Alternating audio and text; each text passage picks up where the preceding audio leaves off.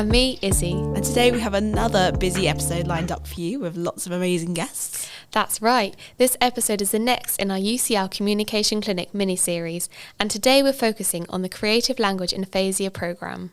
First, we'll be chatting with UCL's Jennie and Mickey Dean, and two students, Lottie and Kate, who have been running the clinic alongside Jennie and Mickey, discussing the work they do and the highlights of their time on placement at the Communication Clinic. Next, we are very lucky to be joined on the podcast by two members of the Creative Language group, Neville and Priscilla. They will be discussing the amazing artwork they've created for the group and how the clinic helped with their aphasia. Check out UCL Giving Voice's Instagram, LinkedIn and X posts about the episode if you want to see photos of the artwork while you listen. Let's kick it off with Jennie and Mickey and our student peers, Lottie and Kate. Hi everyone, welcome to the Giving Voice podcast. It's so lovely to have you all here today. Mickey and Jennie, we start with you. So please could you tell us a bit about the Creative Language and Aphasia programme? Thanks so much, Nathalie, and thanks for inviting us to be part of this podcast. So the way that this started was we had an opportunity to do something different with the Communication Clinic at UCL, and we wanted to work with people with aphasia. Mickey and I are passionate about supporting people with aphasia, and we wanted to bring together some of the evidence-based approaches in the literature into the clinic as an opportunity for lots of people to access our therapy services. So we had at least 6 months of planning, but we had some fundamental principles that we wanted to incorporate into the clinic. And one of those was that we were keen to explore delivering a comprehensive therapy program, which I'll let Mickey explain a bit more about in a moment. And we also wanted to have a strand and a thread throughout of creativity. And the reason we wanted that was that we knew that people with aphasia want to talk about more than just their day-to-day activities.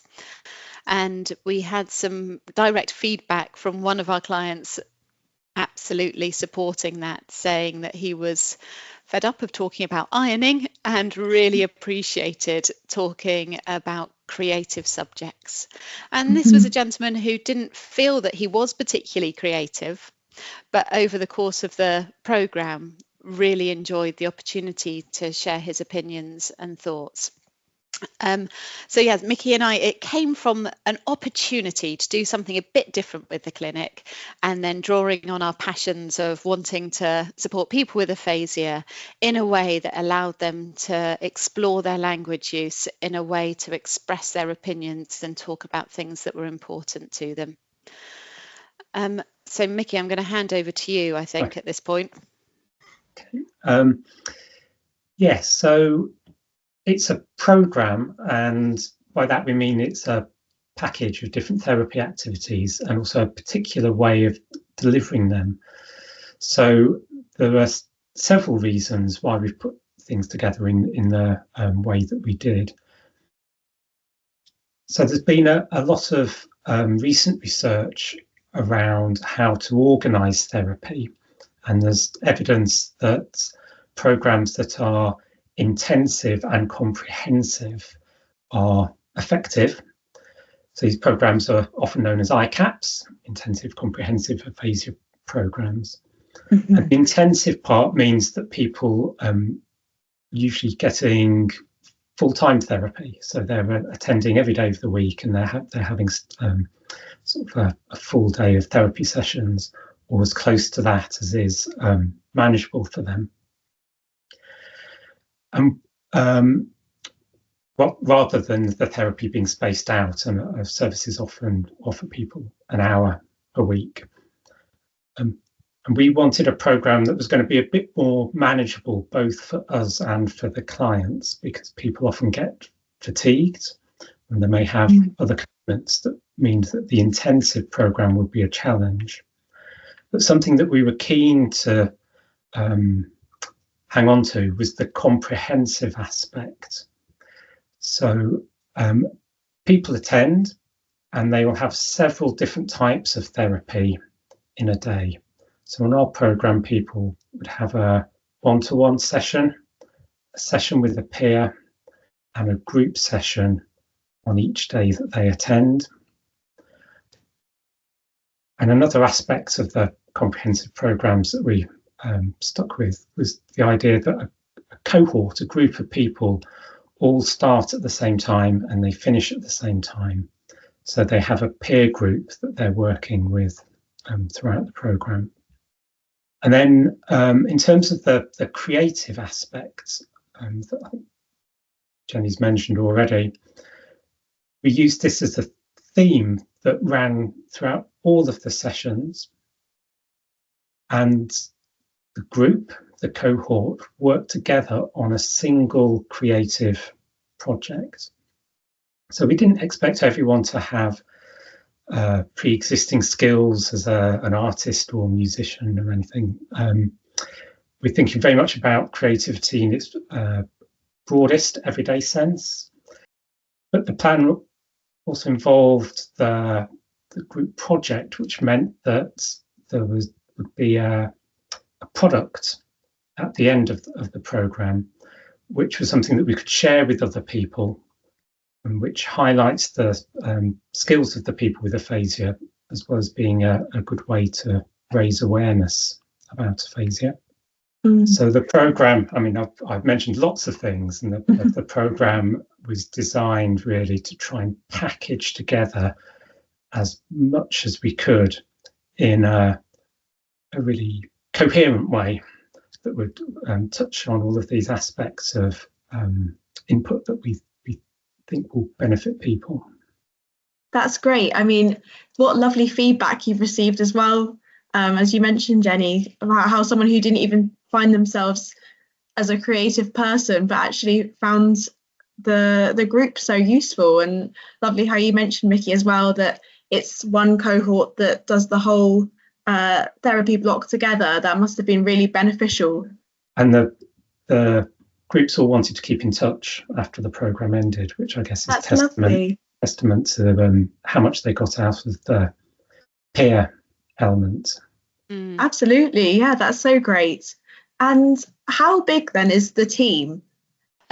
So the team comprise a core group of Mickey and myself. So we're the UCL staff, our wonderful UCL students who have been an integral and fundamental part to the delivery of this programme for the first time, so have really come on the journey with us, and as I say, have been a core member of the team. And of course our clients as well, so they've been a core member in terms of designing their own projects and being part of it. And all of the clients knew that this was an innovative programme, and I think because of that they were very open to helping to shape it and giving us feedback at the end to help us shape it for other people as well. So at the moment that's our core group.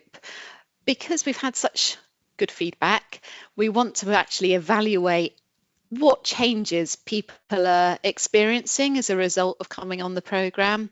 So from next year we'll have the same members of the team, of course different students and different clients, but we will have in addition some dissertation students. So that's our second year master's students who'll be writing their dissertation, and they're going to be taking some baseline measures and outcome measures and working with some of our clients so that we can really evaluate where that positive feedback's coming from, what that reflects in terms of real life changes for our participants. That sounds great. Yeah, what a good idea. And then Mickey, we'll come to you for our next question. How was the previous cohort different compared to the current cohort? Yeah, so both of the cohorts we've had, so we've run the programme twice so far, 2 groups of 6 people. Both cohorts have been very mixed in terms of the clients' backgrounds, their interests, and also the types and the severity of the aphasia that they have. So that means that the individual aspects of the speech and language therapy sessions that people have received have all been very different. So that the clients have had different goals, and we've used different therapy approaches with each person. Then the projects that they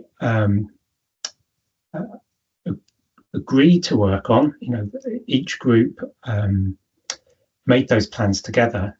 I mean, they were different, but I think they also had lots of similarities. So the first group chose to hold an exhibition, and each person developed something for the exhibition, so that each person contributed a piece of work that they put together in quite different ways from each other.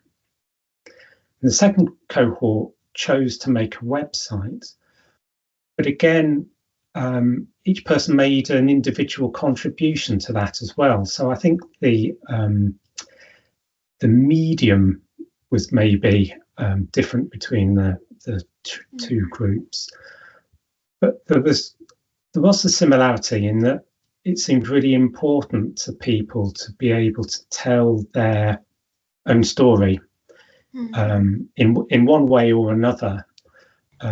Both cohorts ended up with the individuals presenting something about themselves, whether it's biographical or relating to their interests, or something that they had made that they could then talk about in some way. So that seems to have been the main sort of driver, I think, for the choices that the groups made. Yeah, it's so lovely that both groups had an opportunity to do something together, but also where they could bring their own something from themselves, but to bring it all together as a group. Such a nice project to be able to do. Absolutely, and we'll be talking to two of the members of the previous cohort and hearing about their amazing artwork that they created. And of course, we'll also attach the website link in our episode description, so if people want to know more, they can also hear about the current cohort, which would be lovely. And Jennie, I'll come to you next. How do you receive referrals for the clinic? So anyone can make a referral. We have a referral form on the webpage, which hopefully we can link in the show notes. Absolutely. And we accept referrals from speech and language therapists, clinicians, and self-referrals as well. The way that it works is because the programme only runs twice a year, and we currently only have capacity for 6 people at each programme, we have a referral window that we open so that we don't have people waiting for a long time without knowing if they're on a programme or not. So we put out on social media when a referral window will open, and anyone can use that form to then make a referral into the clinic. And that's worked well this year. We had plenty of interest. So as you know, because it's the first time of doing this, we don't know how referrals will be going forwards. So we're hoping that we'll have plenty of interest again. But yes, if anyone has any queries, just go onto the website, which will be linked in the show notes. Perfect. And as you said, you have seen a variety of aphasia presentations and severities, so it's a really inclusive group to be a part of. Well, thank you so much, Jennie and Mickey. That's been really useful to know. Oh, thank you. Yes, thanks. And we'll come to you, Lottie and Kate, for the next set of questions. So Kate, I'll come to you first. So what interventions did you use with the clients attending the clinic, and what's the format of the sessions that you ran? Okay, yeah, so I just wanted to start with the assessment process, really. The assessment process is very person-centred. It's extensive assessments. The goal setting is very personalised. So really, at that point, we identify the priorities, and then we create an intervention programme, which is very personalised to them. So the day begins with an individual session with one of the student speech and language therapists, where we focus on their goals. And then there's a paired session where they have the opportunity to practice some of the goals. So for example, in the individual session, we might be working on, it might be writing, might be something that's their goal. And then in the paired session, they get the opportunity to practice doing that with somebody whose goal might be reading. So they may then read what they've written and vice versa. So we practice things like barrier games, and they have the opportunity to share opinions. It's again themed, so we do use that creative aphasia, it's the creative aphasia project, so there's always that creative element coming into it. But in the paired sessions, for example, is a really good opportunity for them to share their opinions and work on those specific priorities that they have and those specific goals. Then they have their lunch break, and we return for the group session, which is run again by 2 student speech and language therapists, well, it was this time, and then supported by the speech and language therapists Jennie and Mickey. And that's an opportunity really where they can come together, with that common interest, meet other people that have similar challenges, and that's where we work on the project. So we facilitate those ideas with them, but the ideas absolutely come from them. So it's again very personalised. They come up with their project and we just support them to get there. So we use things like word banks and word clouds, which are a way of bringing all of their ideas together and celebrating them. So that they have the opportunity to create that product at the end, like Mickey said. That sounds so incredible, like the day structure of building up from just an individual session up to a group session, and to be able to work on their individual skill but also in a group. And they must, once they've created this group project, there must be such a sense of satisfaction and feeling of like, oh, like I did this. And yeah, it just sounds, just the way you're able to facilitate that sounds so great. And talking more then about obviously the positive changes you've seen, Lottie, what did you see whilst you were on placement? Yeah, I suppose in terms of positive changes, there are a few ways you could think about it. So I think therapeutically, as Kate mentioned, each client had their own kind of priorities and set of goals. And I think we could say for most of the clients, they did either make gains towards those goals or kind of did achieve them. So whether that was being able to write more creatively or provide extended descriptions and opinions on films they'd seen or albums they'd listened to, or some clients' goals were to kind of use creative language as a means to kind of support their total communication, so not just relying on kind of verbal expression but using all those other means to support their meaning. So I think from that point of view, we definitely, saw positive changes. As it's been mentioned previously, the cohort also just gave really positive feedback. So we kind of took informal feedback, where the clients often said they just wanted kind of more time on the programme.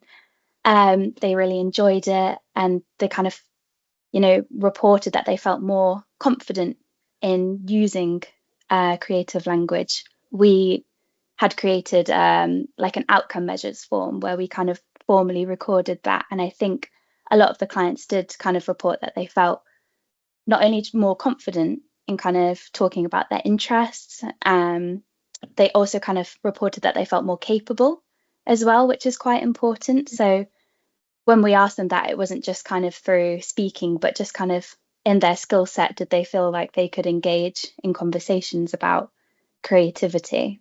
But I think observationally, the most positive change we saw was probably, I think, in the group sessions and the group project. As we've said, you kind of put a group of 6 strangers in a room alongside the staff, and you watched people kind of have no idea on what sort of project to make to a fully assembled project. But also you watched a group of people from a variety of backgrounds come together and really open up and develop friendships, and also be able to kind of use communication to negotiate about how they were going to make their project, whether they agreed with an idea or disagreed. And I think for us, we firstly learned a lot about a whole set of skills. I mean, I'm not a very creative person, I don't think, so the clients definitely gave us a lot of knowledge. I feel more cultured from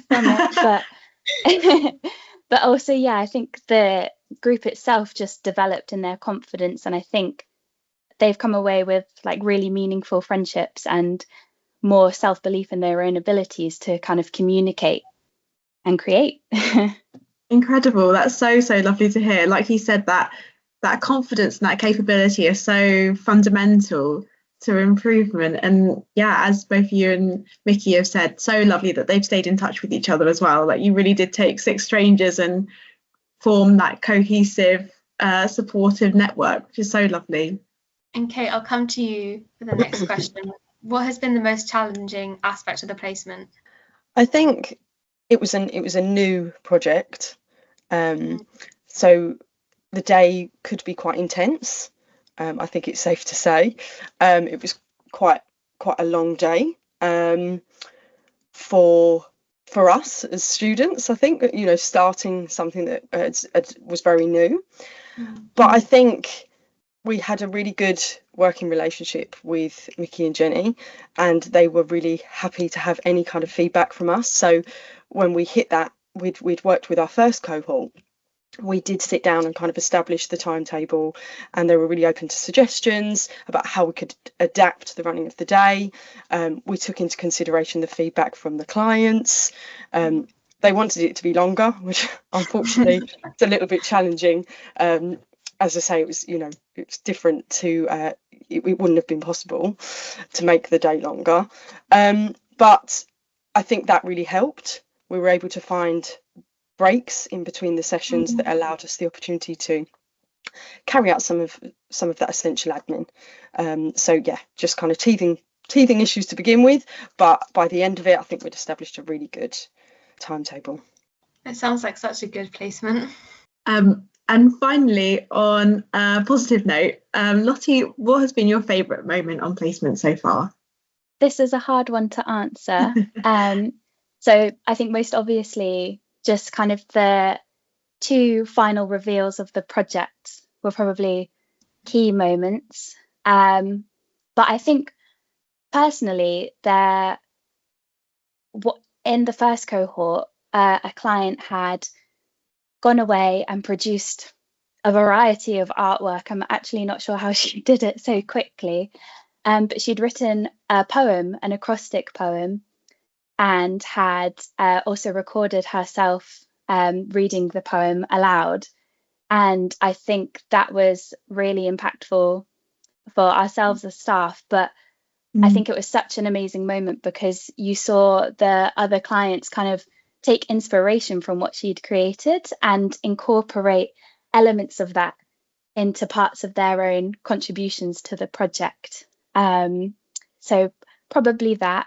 And additionally, we've kind of, going back to what Kate said about the time limit, we've come away with a long-running joke of always being conscious of the time, which I keep saying in my new placement as well. So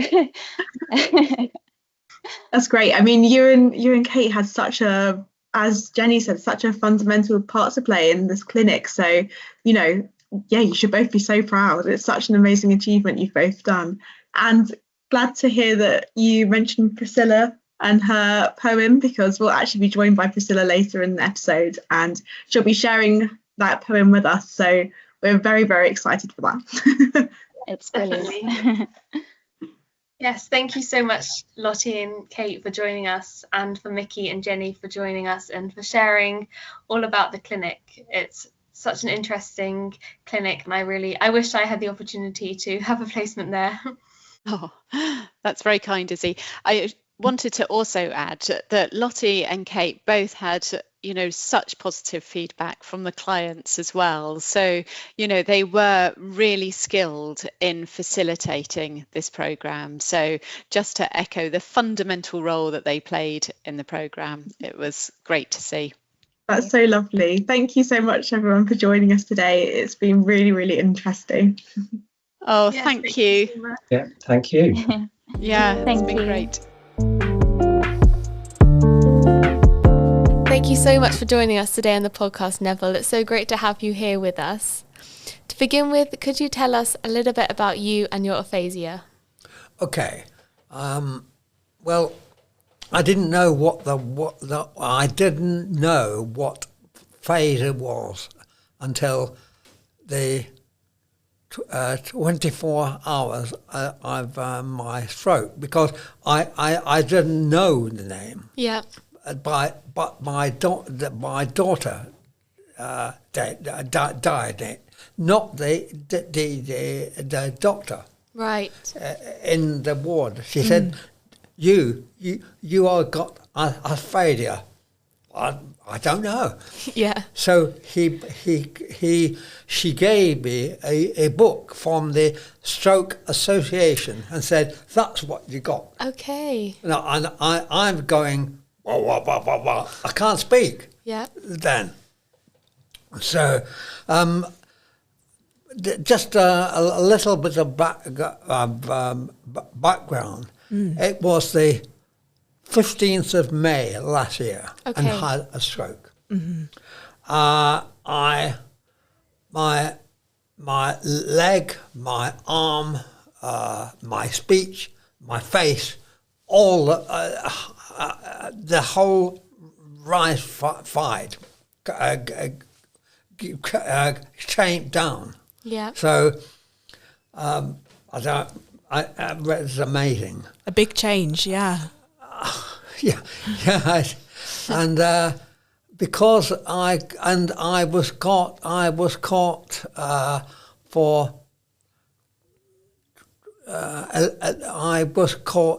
on the floor for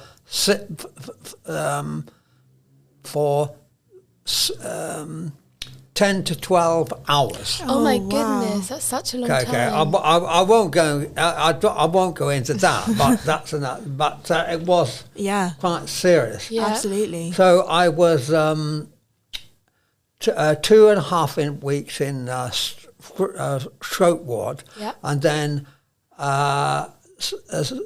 6 weeks on rehab. Right. Place, and then since the after work, I've done 8 months of hard work on physio, OT, speech, Yep.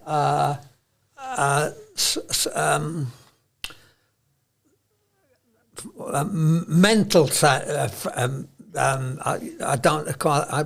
can't say it, but seriously, just to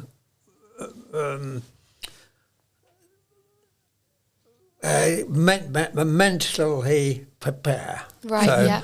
So it's been great for us, because I went into the rehab with a wheelchair, but I said the first object, my first object was to walk. Yeah. So I had no and I walked out of the rehab. Wow. Okay. My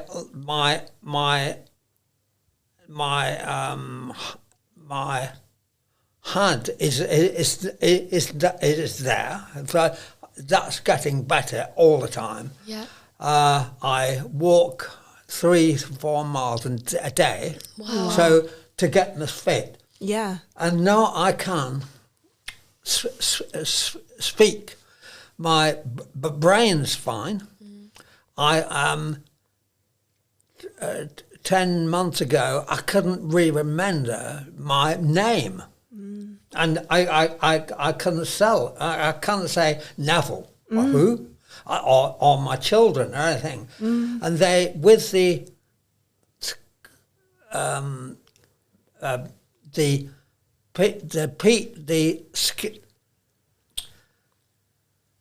this is the speech therapy really taught me going in. That's great. And my daughter is a primary tutorial teacher. Yeah. She helped. So now my spelling's Kai. I couldn't even do. I couldn't write a simple message. Okay. But over each day it improved, and now I'm just, it's getting better all the time. Yeah, I think so. But because just a little bit, my background is communication. I was in marketing and a PR and presentations and so on. I worked in government, in politics, in business to business, in consumer marketing with people like Pepsi, Volvo, Hyundai, and also the last 20 years, but 15 years in technology and education. A huge career. Yeah. So my skill is English, and communication. Yeah. And it's in writing and presentations, and I've worked in a lot of countries as well. Yeah. And so the strategy of educational and execution of communication has been, so you can imagine what a loss for me. Absolutely. If I couldn't speak. Yeah. Your communication was your identity, your work identity. Absolutely. Yeah. But I got to say, and I'll kind of the team of speech therapists in the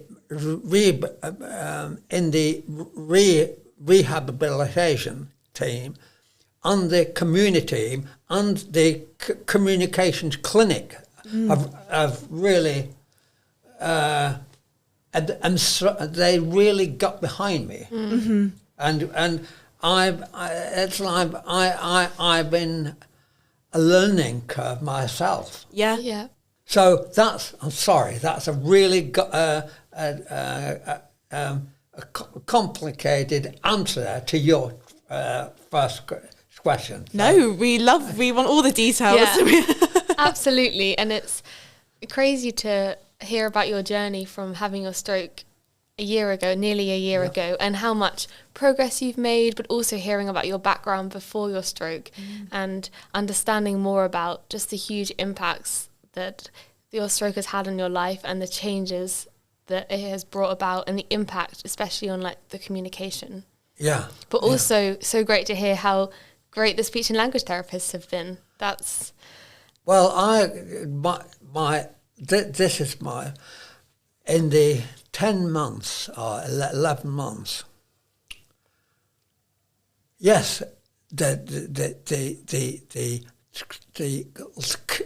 clinical type of doctors and nurses can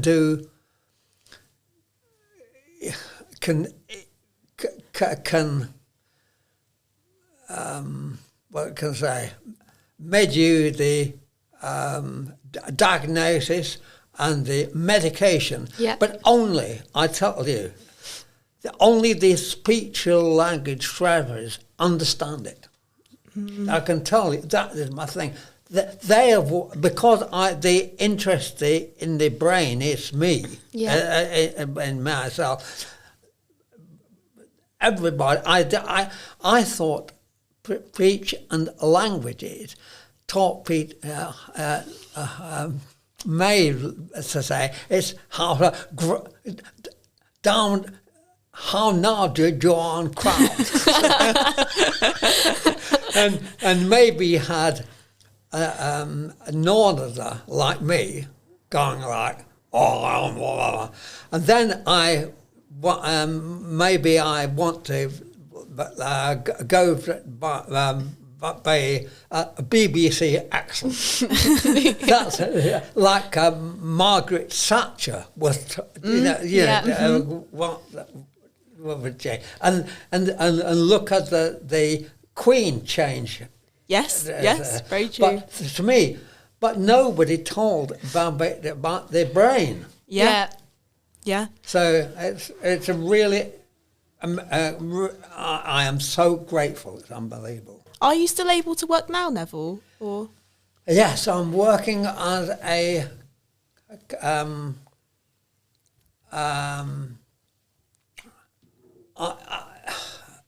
for the last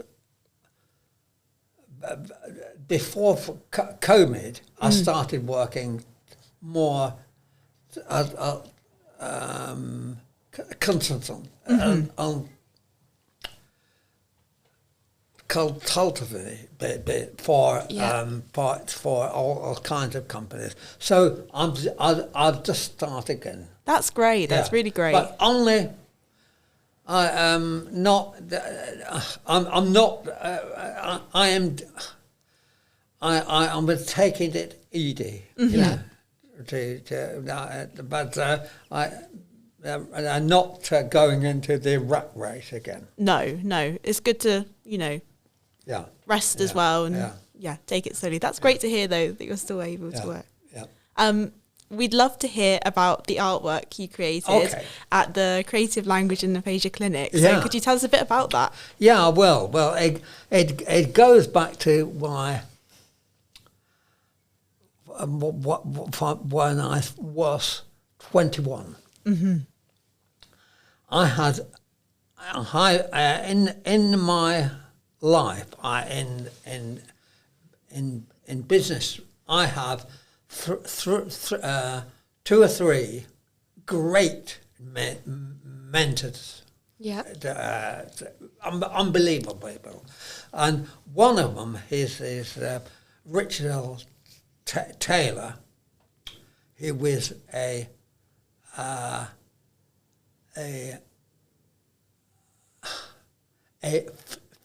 physicist, not a chemist, a physicist. Yeah, absolutely. That's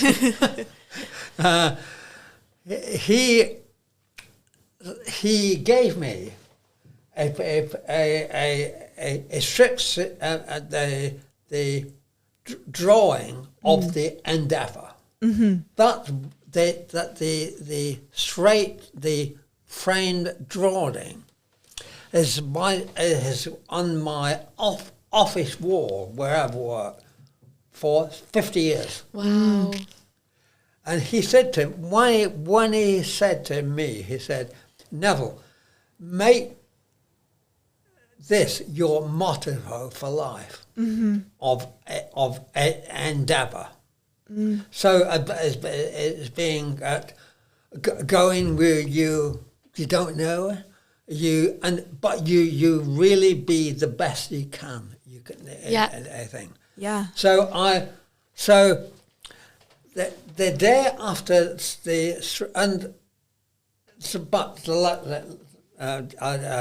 what's one thing? I was in Australia in 19 years ago, and I went to the Australian Maritime Museum, and there is the Endeavour. Wow, the actual ship. Well, yeah, it's a complete replica, but it does sail. Wow, that's great. So that was it. Just rekindled all my ideas. Yeah. So we have the book that came out, and it just really got me going. The day after my stroke,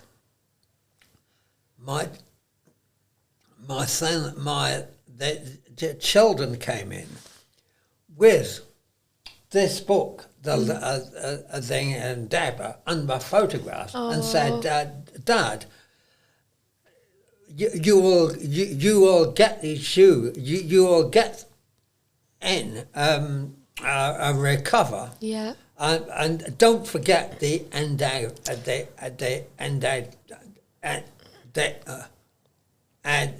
dada." That's so lovely. And that this is so when I was referred to the project here at the UCL, I thought, okay, I can't write. But my communication skills are in their head, but I don't. So I do mind maths, which I have for the last 30 years. So I said,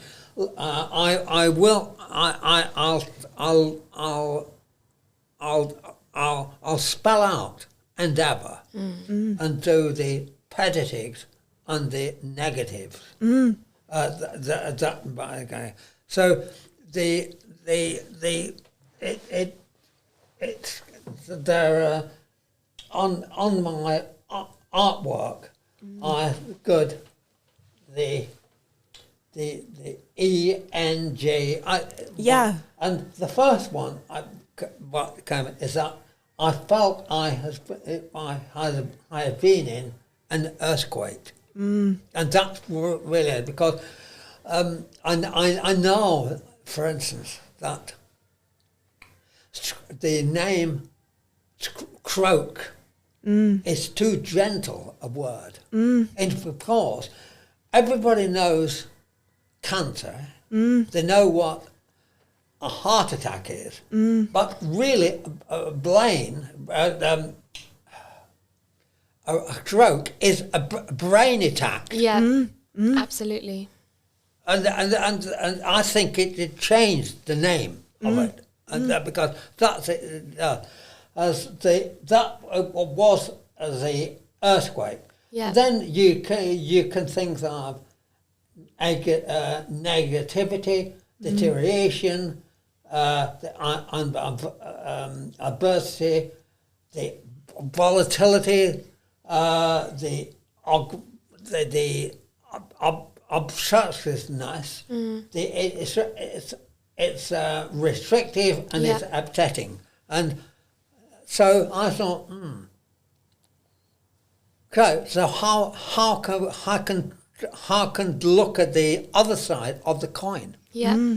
So I said, well, the E this time is for endurance. Yeah. Because you could, they are new beginnings, and to me it's like a rebirth. Yeah. Yeah. And then there is discovery because the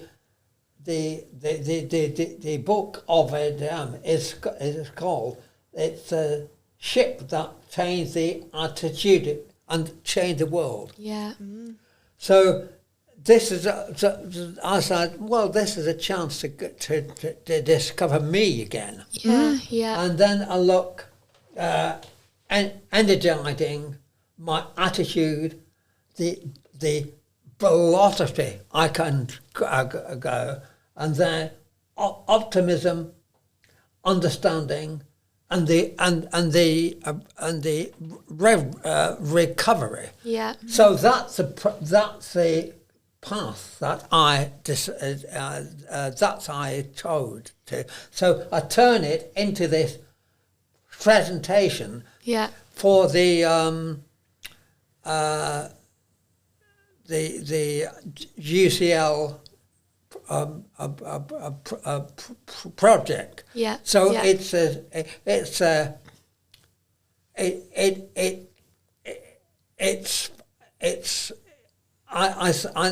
think, yes, it helped me and really reinforce my objectives and goal. But also, I'm amazing. It's other people have said, I like it. Yeah. You know, you've and even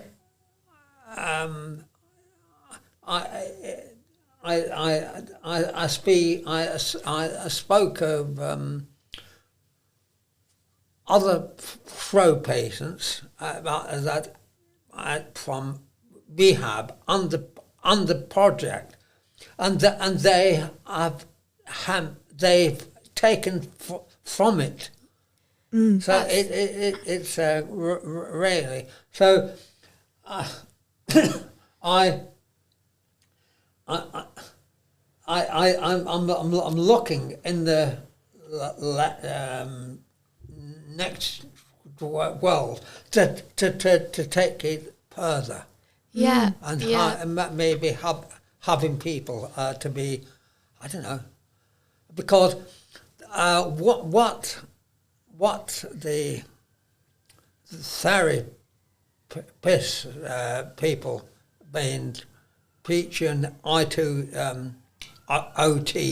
and video said, Neville said, yeah, you can do these things, but you have to take the right attitude. So to me, 50% of the cover rate is from inside. Yeah. Or maybe I don't know. If you give up, I've seen it, unfortunately. People say, "Oh, that's the end of my life." No, the new chapter. God. Yeah. So that was why. It's incredible, honestly, and as you said, you really have spun the importance of hope and that it's a rebirth, it's a new change, and the importance of attitude, and that you've really endeavoured to recover and make the most of, the new life that you have, and it's really incredible to see. We'll make sure that everyone can see your artwork who's listening, because I feel like once you see the mind maps as well and the ship as well, it really, really brings it all together. Yeah.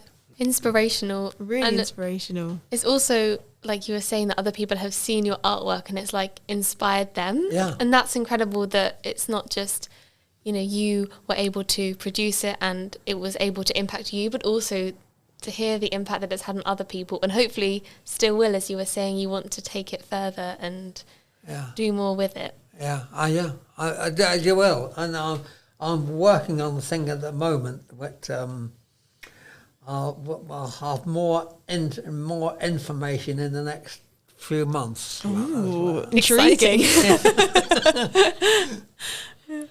It's been so incredible just to hear more about your artwork and what you did at the Creative Language in Aphasia Clinic. And we wondered if you could tell us a little bit about how the clinic has helped you. Yeah, I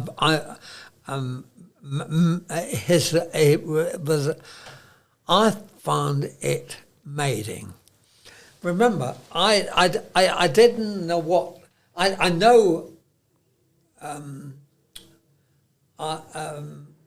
I know UCL. No problem that, but I only for medicine and scientific and other things, and funny, the doctor, my next door neighbour, is a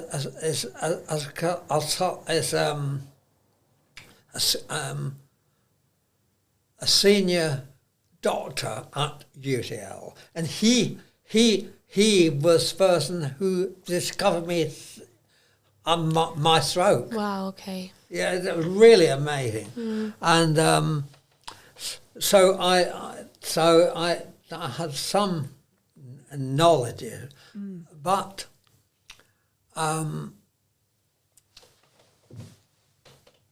what I didn't know was the things that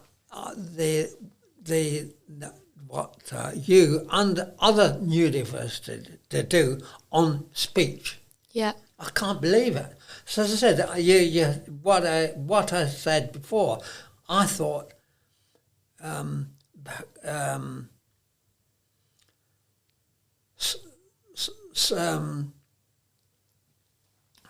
speech therapists help you to speak, stutter or stammer or change your accent.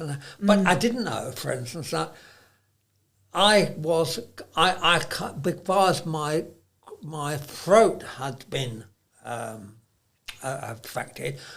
I only drank water and semi-fluid material for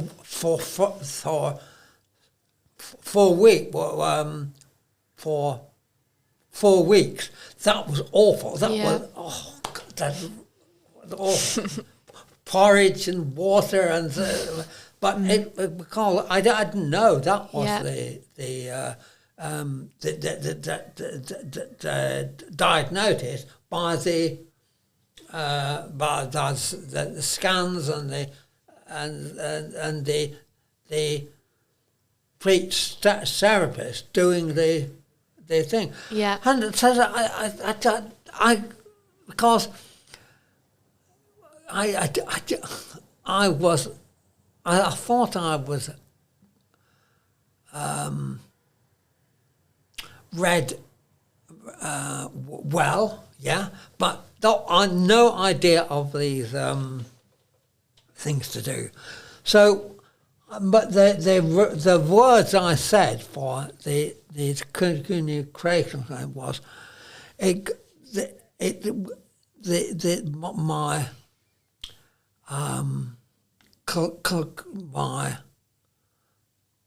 my complaint is I understand how the brain works and work. It's absolutely amazing. Yeah. You know, and that the clinic taught to me to work around. Mm-hmm. So if you it's like a motorway or a road on going up or down a windy road. Yeah. And there has a road blockade. Yeah.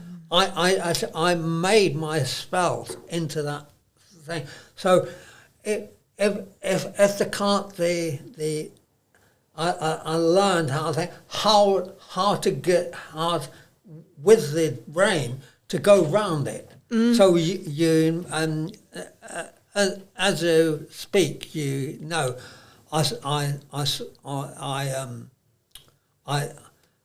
hit a block, and then I change the way the word. Like I said, not a creme mist. Yes. And you said a predicate. Yes. Yeah. So, I learned this because I always make myself whole in communication. My eyes, my face, Yeah. my arms, and that really I so that one in hospital you got frustrated something, so I could say no. Yeah. Stop. It's so important. You picked up on so many important things about speaking, communicating isn't just words coming out your mouth, is it? It's No. your facial expression, it's your body language. Absolutely. Yeah. Thank you so much, Neville, for joining us today. It's been so lovely hearing your story and looking at your artwork together. As you said, it's great that the clinic helped you be your creative self, which is so important. As you mentioned, there's blood pressure and other kind of medical assessments, but it's your brain and what makes you, that's what's so important. And I'm so glad that the clinic helped you to be creative and get back some of your communication and your work identity and your identity before the stroke. Thank you. Thank you so much. Hi Priscilla, it's lovely having you on the Giving Voice podcast with us today. Thank you so much for joining us today. It's so great to have you with us. Welcome. Priscilla, please can you tell us a bit about you and your aphasia? Well, I'm a primary school teacher. In April 2019, I had an interview. I was looking for an assistant head teacher. My husband, Emmanuel, was a science teacher, and he also had an interview in the same way. Our interviews happened in different schools in Cambridgeshire. From nowhere, I got a stroke. Then I fell and had a coma when I started the interview with a panel. This is my massive negative change in my life. The head teacher called Emmanuel to come quickly. I passed out, so I couldn't see anything. I was taken to Cambridge Hospital. This is the beginning of my life. I stayed in different hospitals for about 1 year. Then I came to home. It took several years. My husband explained to me about my disabilities. One of the disabilities is called aphasia.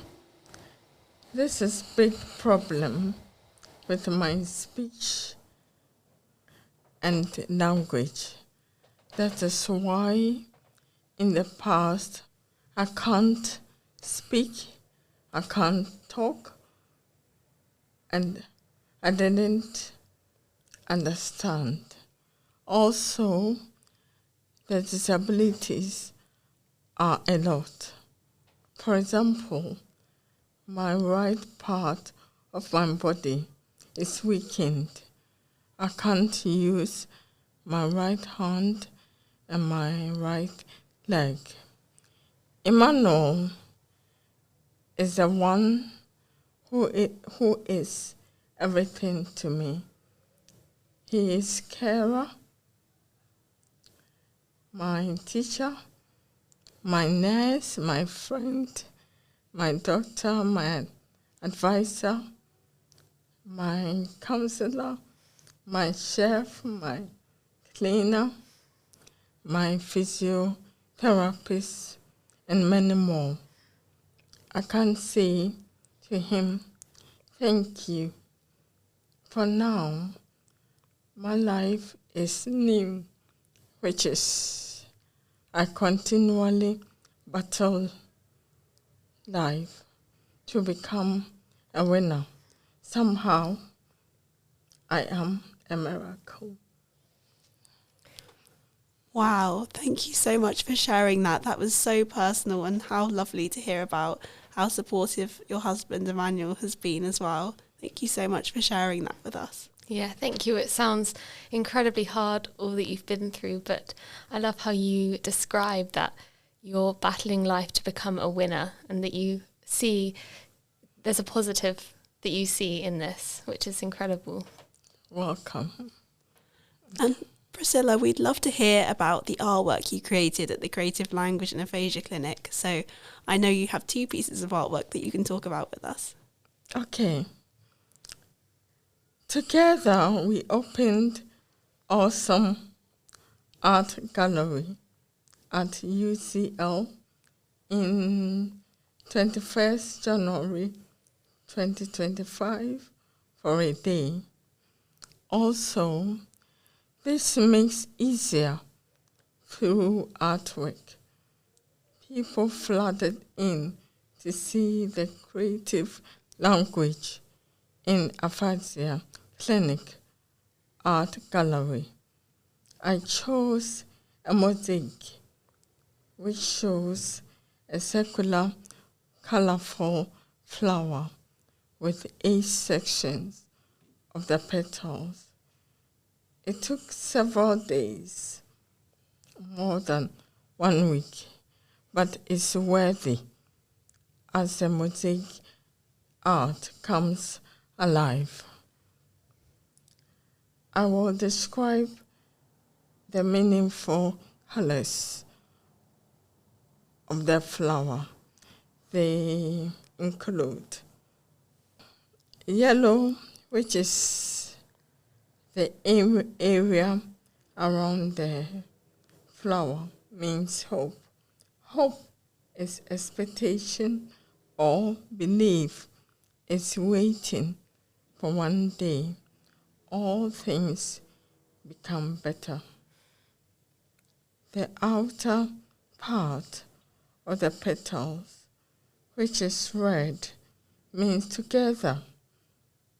Our colleagues, clients, UCL lecturers, and students who worked hard with each other to help us. The next one is green, meaning alive. It is having life and still in existence. Thank God. Inner part of the petals begin purple, a color which depicts stroke at disabilities. It means physical being and or mental health. Disabilities affect your ability to carry out day to day. The next inner part is orange, which means confidence. It is having faith and belief in us. If you are not careful, you can lose all belief and faith in yourself. Even small faith can take a long way to help you and others. The last inner part becomes whole flower. It's colored light green. It's located in the core of the flower. It shows relationships. For example, partner, wife, husband, myself, yourself, daughter, son, friend, etc. These people who are built together with love. Without them, things become very hard, or someone says impossible, but they are here. Stroke is before my 5 years, and after my feelings in itself. To depict feelings are from impossible to possible.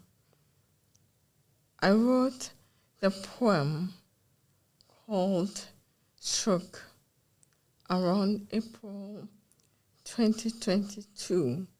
Now, I will read the poem at the end. Thank you so much for sharing with us about your artwork. It's so incredible, and to hear the meaning behind the flower, it's so lovely.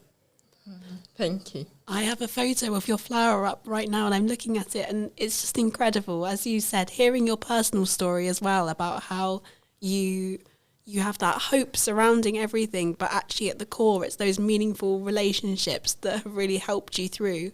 It's just so lovely, and I think it's a really lovely expression of your story and yourself. And yes, we're very excited to hear the poem at the end as well. Yes, absolutely. And for the last question, how has the clinic helped you? Okay. Emmanuel has stopped his work in 2019 so that he can look after me. He always escorted me to make it possible to attend creative language in Aphasia clinic at UCL. However, this is me with the other clients participated. Yes, creative language in Aphasia clinic has helped clients and me.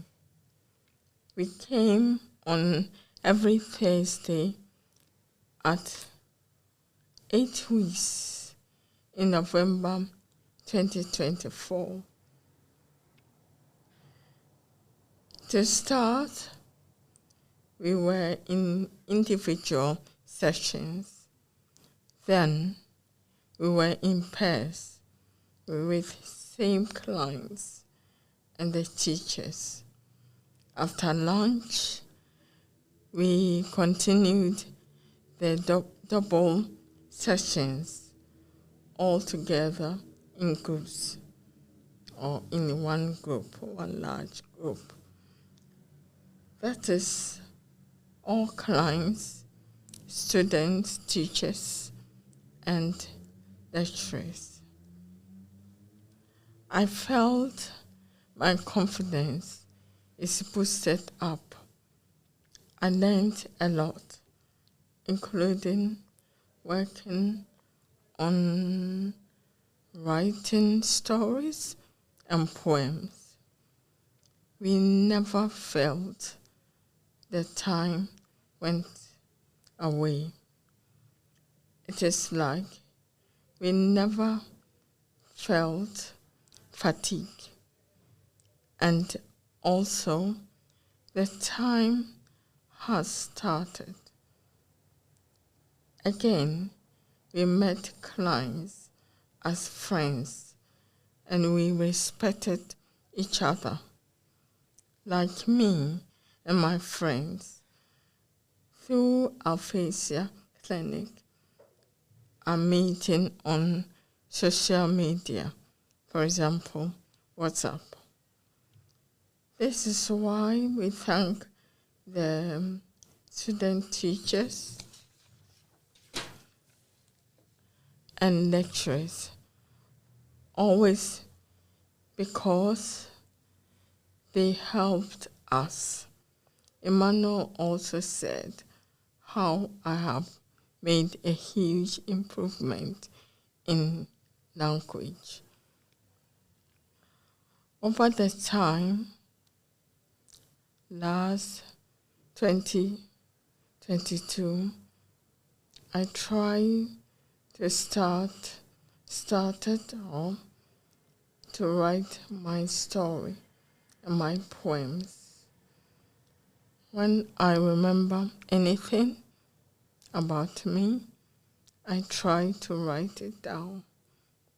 One day, I will publish my story and poems. The end. Wow, as you should. You definitely should be publishing your story and your poems because they're incredible. Absolutely. And what an incredible journey you've had. Yes, thank you so much for sharing how the clinic has helped you. And it was lovely to hear that your confidence was boosted and that during the clinic you didn't feel fatigued and that you made some friends with others. Such a lovely experience. Welcome. Yeah. Thank you so much for joining us today, Priscilla. We're so grateful. We know that you travelled a long way to join us in the studio today, so we're very, very grateful, and it was so valuable hearing your story. Thank you. Thank you. Yeah, thank you so much, Priscilla. Okay. Welcome. Thank you. Rather than our usual goodbye, we want to end this episode with Priscilla's poem, as we think this will be much more impactful than anything we have to say. See you next time. Thank you for listening, and take it away, Priscilla.